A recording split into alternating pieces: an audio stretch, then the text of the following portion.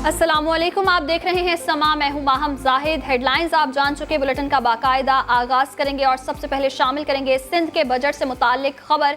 सिंध का नए माली साल का बजट आज पेश किया जाएगा। सिंध हुकूमत ने सालाना तरक्याती बजट में 58 अरब रुपए की कमी कर दी। तरक्याती प्रोग्राम 1 खरब 70 अरब का होगा। 90% जारी स्कीमों के लिए फंड्स मुख्तस किए गए हैं।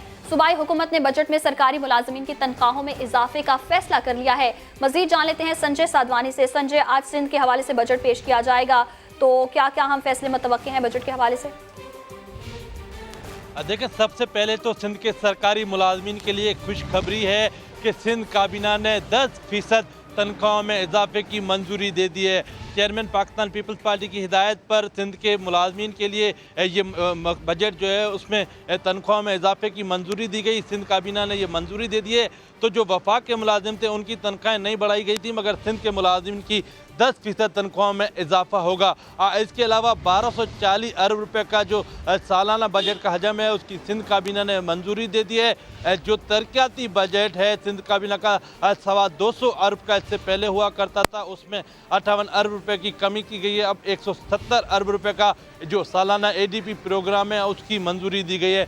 90% जारी स्कीमें हैं उनके लिए बजट रखी गई है, जबकि कुछ नई स्कीमें जो हैं 177 ऐसी नई स्कीमें हैं जिनको ADP में शामिल किया गया है, जिनमें से 51 स्कीमें महकमा सेहत की हैं। तो ये बजट जिसका सिंध काबीना ने मंजूरी दे दी, अब से कुछ देर के बाद दोपहर 3 बजे ये बजट सिंध असम्बली में पेश होगा। सिंध असम्बली का क्योंकि कोरोना के केसेस सिंध असम्बली के अरकान में ज़्यादा तशकीक हुई है, तो उस वजह से सिंध असम्बली में 25% अरकान जो है वो शिरकत करेंगे। बाकिया जो अरकान हैं वो वर्चुअल ऑनलाइन तौर पर इजलास में शिरकत कर सकते हैं। वज़ीर-ए-आला सिंध दोपहर 3 बजे ये सिंध काबीना का जी मंजूर शुदा बजट सिंध असम्बली में पेश करेंगे, जिसके बाद जो है वो इस पर आइंदा 3 और ये बिल पेश किया जाएगा। बहुत शुक्रिया संजय, आप हमें अपडेट कर रहे थे।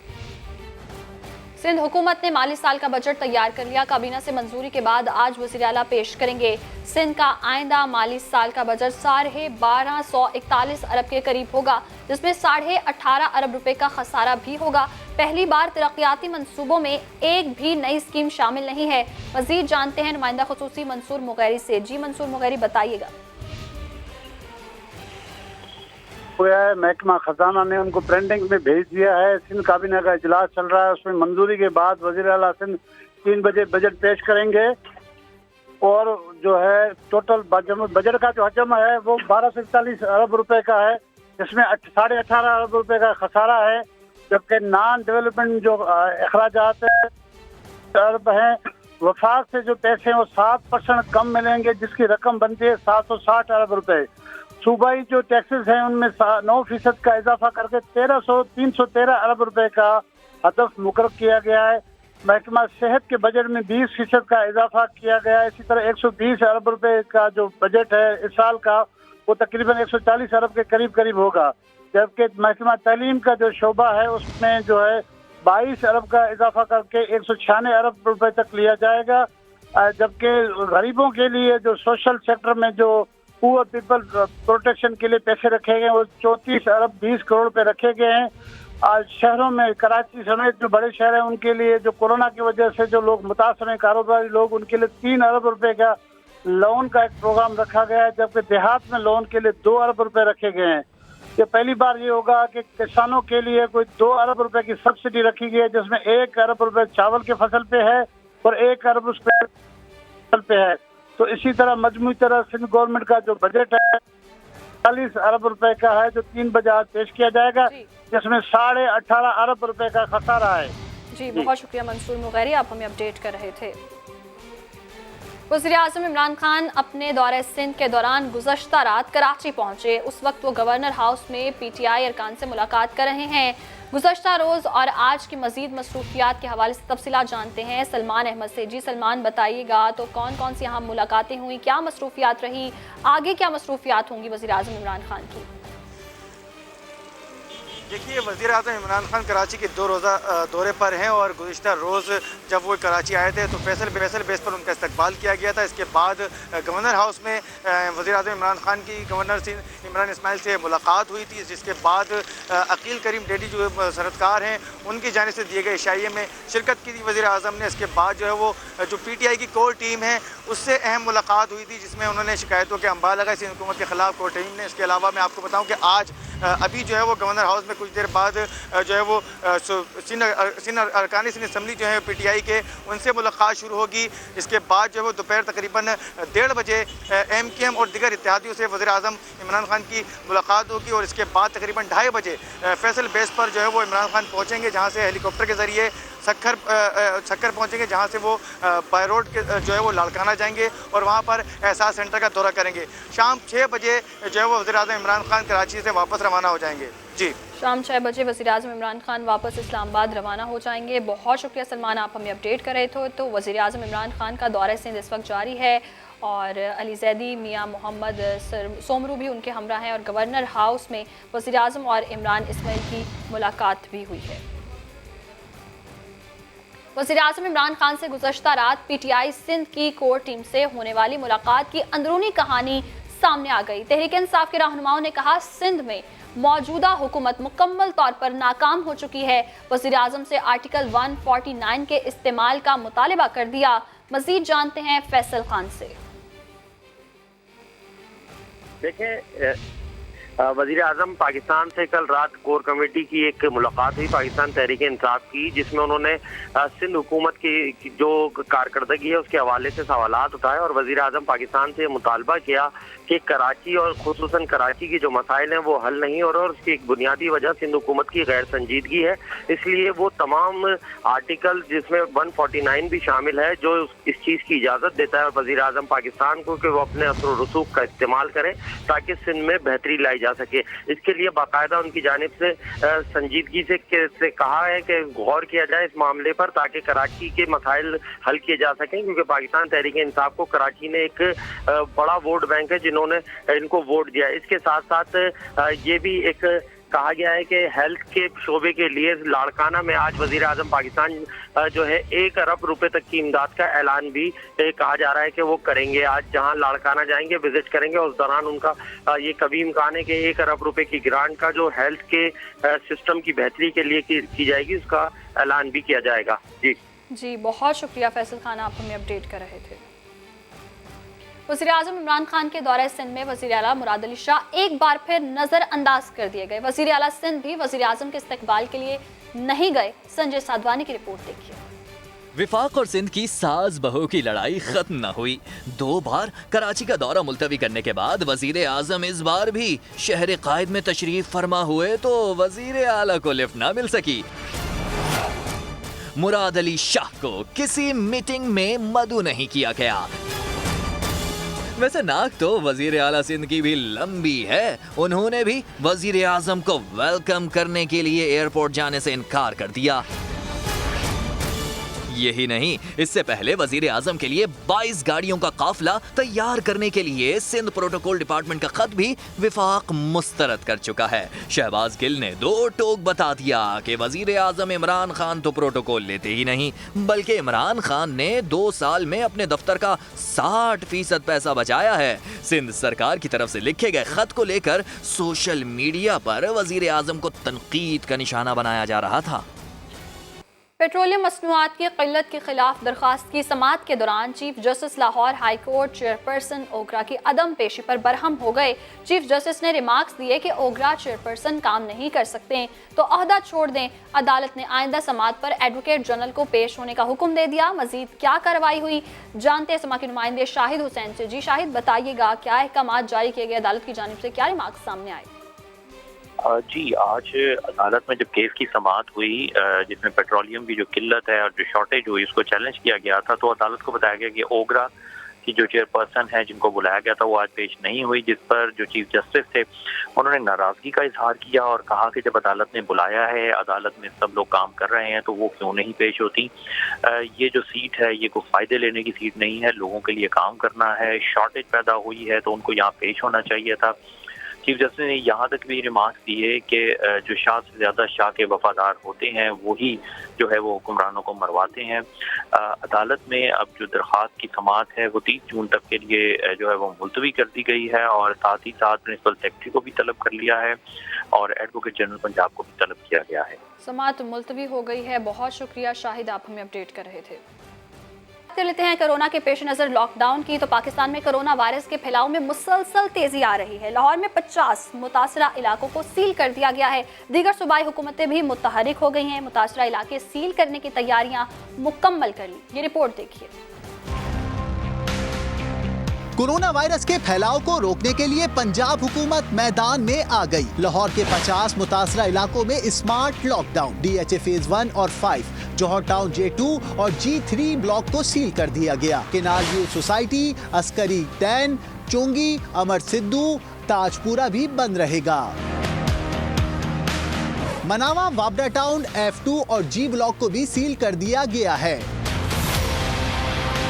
सिंध सरकार ने भी मुतासरा इलाकों को सील करने के लिए आस्तीनें चढ़ा ली। 14 रोज के लिए मौसल लॉकडाउन का फैसला। जिला शर्की और जुनूबी के बेशतर इलाकों में सख्त लॉकडाउन होगा। लियारी, नाजमाबाद, गुलशन इकबाल के मुतादिद मोहल्ले और गलियां सील होंगी। सिंध हुकूमत के मुताबिक कराची वेस्ट, सेंट्रल, कोरंगी में भी मुतासरा इलाके सील होंगे। हर जिले में हॉट स्पॉट को सील किया जाएगा। खैबर पख्तूनख्वा में पिशावर के 7, एबटाबाद के 6, सवात के 11, अपर चित्राल के 3 और लोअर चित्राल के 3 इलाके बंद होंगे। जिला खैबर के मसरूफ तरीन बाजार समेत 3 इलाकों जबकि मर्दान और बडग्राम में भी स्मार्ट लॉकडाउन की तैयारियां मुकम्मल कर ली गई हैं। दूसरी जानिब बलूचिस्तान हुकूमत सेलेक्टेड लॉकडाउन का फैसला ना कर सकी। तर्जुमान लियाकत शवानी का कहना है चंद रोज में इजलास मुतवक्का है जिसमें लॉकडाउन करने या ना करने का फैसला किया जाएगा। तो लाहौर में कोरोना से मुतासरा 50 मकामात पर रुकावटें लगाकर रिहायशियों की आमदोरफ्त रोक दी गई है। लॉकडाउन पर सख्ती से अमल दरामद के लिए पुलिस और जिला इंतजामिया की टीमें मुतहरिक हैं। गुलबर्ग की सूरत हाल बता रहे हैं दानियाल सतार। दानियाल, बताइएगा तो क्या सूरत हाल है, किन किन इलाकों में जो है सील किए गए हैं रुकावटें लगा के? जी, लाहौर में जो कोरोना से ज़्यादा मुतासरा इलाके हैं उनके 50 मकामात को रात 12 बजे से मुकम्मल लॉकडाउन कर दिया गया है। यहाँ पे किसी भी शख्स को अंदर आने या बाहर जाने की इजाज़त नहीं दी जा रही। मुकम्मल आमदोरफ्त जो है बिल्कुल बंद है। प्राइवेट और पब्लिक जो यहाँ पे ट्रांसपोर्ट है उसको भी बिल्कुल बंद किया गया है।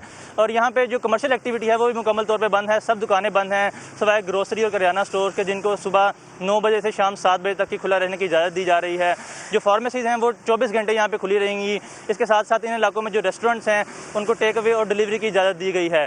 यहाँ पे जो रहायशी यहाँ पे रहते हैं इन इलाकों में उनको भी बहुत ज़्यादा मुश्किल पेश आ रही है। यहाँ से अंदर और बाहर आने की इजाज़त नहीं दी जा रही क्योंकि उनके लिए एक रास्ता मुख्तस किया गया है जहाँ से वो अंदर और बाहर आ जा सकेंगे। साथ साथ ये जो कमर्शियल एक्टिविटी है उसकी अगर हम बात करें तो यहाँ पे काफ़ी दुकानें ऐसी हैं जो सुबह से खोलने की कोशिश की जा रही थी, लेकिन वो यहाँ पे पुलिस और ज़िला इंतजामिया मौजूद है जिन्होंने वो सुबह सुबह ही आते साथ ही यहाँ पे दुकानें वो बंद करवाई हैं। जी, बाकी 43 यूसेज में स्मार्ट लॉकडाउन की तैयारी कर ली गई है। कौन कौन से इलाकों को कब से बंद किया जाएगा जानते हैं खुर्शीद आलम से। जी खुर्शीद, बताइएगा कब से इलाके बंद हो रहे हैं सारे? जी बिल्कुल, पाकिस्तान में कोरोना जिस तरह तेजी के साथ फैल रहा है उसके तनाजुर में अब स्मार्ट लॉकडाउन का सिलसिला शुरू हो रहा है। कराची की मजमूई तौर पर 43 ऐसी यूसीज हैं जहाँ जुज़वी लॉकडाउन या स्मार्ट लॉकडाउन किया जाएगा मुख्तलिफ इलाकों को जहाँ पर इस तरह के केसेस ज़्यादा हैं। मैं इस वक्त मौजूद हूँ UC6 गाजियाबाद में जो ज़िला गरबी का एक इलाका है और यहाँ पर मुख्तलिफ ऐसी गलियाँ हैं जिनको सील किया जाएगा। जो मेरे अक़ब में आपको नज़र आ रही गली, ये भी उन्हीं गलियों में शामिल है। ज़िला इंतज़ामिया से हमारी बात हुई तो कराची में ज़िला इंतज़ामिया का यह कहना है कि लिस्टें तैयार हैं, निशानदही की जा चुकी है कि किन गलियों, किन मोहल्लों को और किन रास्तों को बंद किया जाएगा, लेकिन अभी तक उस पर अमल दरामद नहीं किया गया है। लेकिन जो इंतज़ामिया से हमारी बात हुई है उनका ये कहना है कि आज शाम से ज़िला गरबी में लॉकडाउन का सिलसिला शुरू कर दिया जाएगा। Orangi sub division, side sub division और बल्दिया टाउन के इलाकों में ये कार्रवाई शुरू की जाएगी। और इसी तरह ज़िला शर्की में जो मुतासरा इलाके हैं वहाँ पर भी आज रात से या कल सुबह से लॉकडाउन का सिलसिला शुरू कर दिया जाएगा। जी, और कोरोना के मरीजों के लिए अच्छी खबर, हुकूमत पंजाब ने टेमरा के क्लिनिकल ट्रायल फेज 2 शुरू करने का फैसला कर लिया है। इंजेक्शन के ट्रायल में तौसी कर दी। कौन से अस्पताल कितने इंजेक्शन खरीद सकते हैं जानते हैं समा के नुमाइंदे दानियाल उमर से। जी दानियाल, बताइएगा किन किन अस्पतालों को कितने इंजेक्शन प्रोवाइड किए जाएंगे? जी बिल्कुल, पंजाब हुकूमत ने एक टेमरा इंजेक्शन के ट्रायल में तौसीक कर दी है और फेज 2 के तहत 22 अस्पतालों को एक टेमरा इंजेक्शन इस्तेमाल करने की इजाज़त मिल गई है।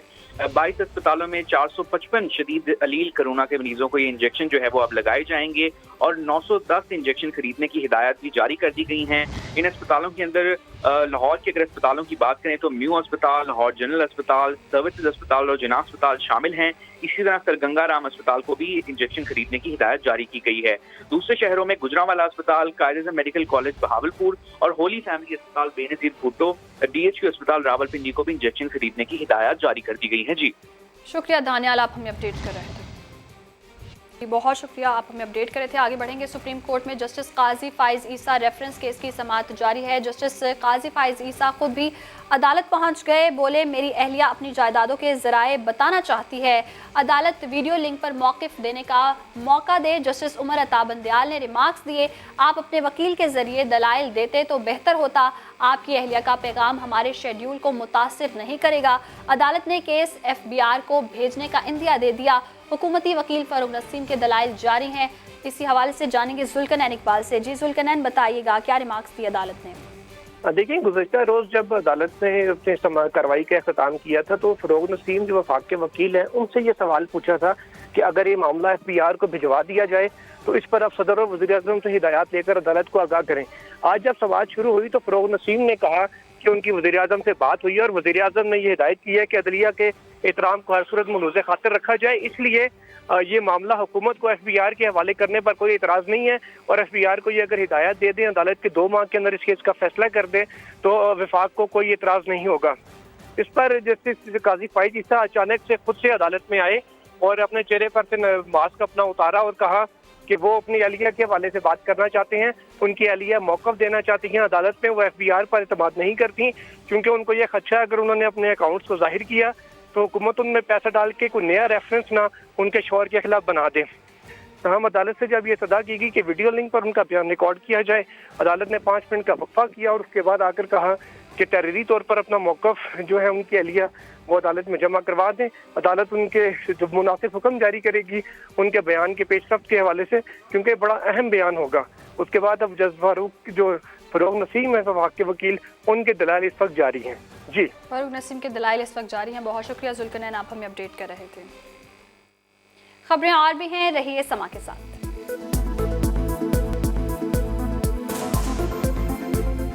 तालीमी बजट में कटौती पर चेयरमैन हायर एजुकेशन कमीशन मायूस हैं। चेयरमैन HEC तारिक बनोरी का समा को खुसूसी इंटरव्यू में कहना था कि वजारत ख़जाना मुल्क के मुस्तकबिल पर कुल्हाड़ी मार रही है, तालीम के शोबे के लिए फंड्स में कमी बड़ा अलमिया है। मज़ीद उनका क्या कहना था, आपको दिखाते हैं।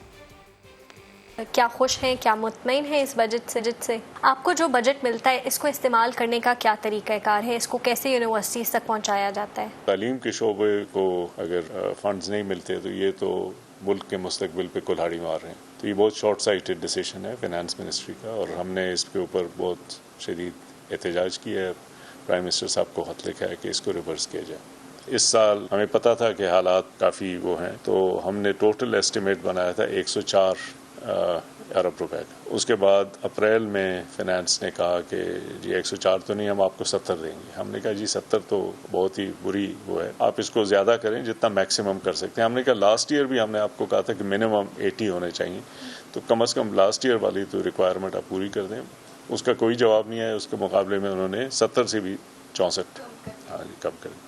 तो ये बड़ा इररिस्पॉन्सिबल बिहेवियर है फाइनेंस का। गोल्ड, सिल्वर और ब्रॉन्ज 3 कैटेगरी। गोल्ड वो फंड्स होते हैं जो कि आपको दिए जाते हैं कि जी आपके पैसे हैं, जैसे आप चाहें इस्तेमाल, it's a grant in aid given to you. Silver वो होता है कि आप कहते हैं कि अच्छा जी इसको सिर्फ इस ऐसे प्रोग्राम्स के लिए यूज़ किया जा सकता है, ऐसे स्कॉलरशिप्स के लिए आप यूज़। और ब्रॉन्ज वो होता है कि आप कहते हैं किसी एक प्रोजेक्ट के लिए है, ये प्रोजेक्ट है, इसके ये डिटेल बजट है, इसके अलावा आप इस्तेमाल नहीं कर सकते। एक स्टूडेंट को 1 साल पढ़ाने के लिए हमारा तकरीबन 2 लाख रुपए का खर्चा आता है।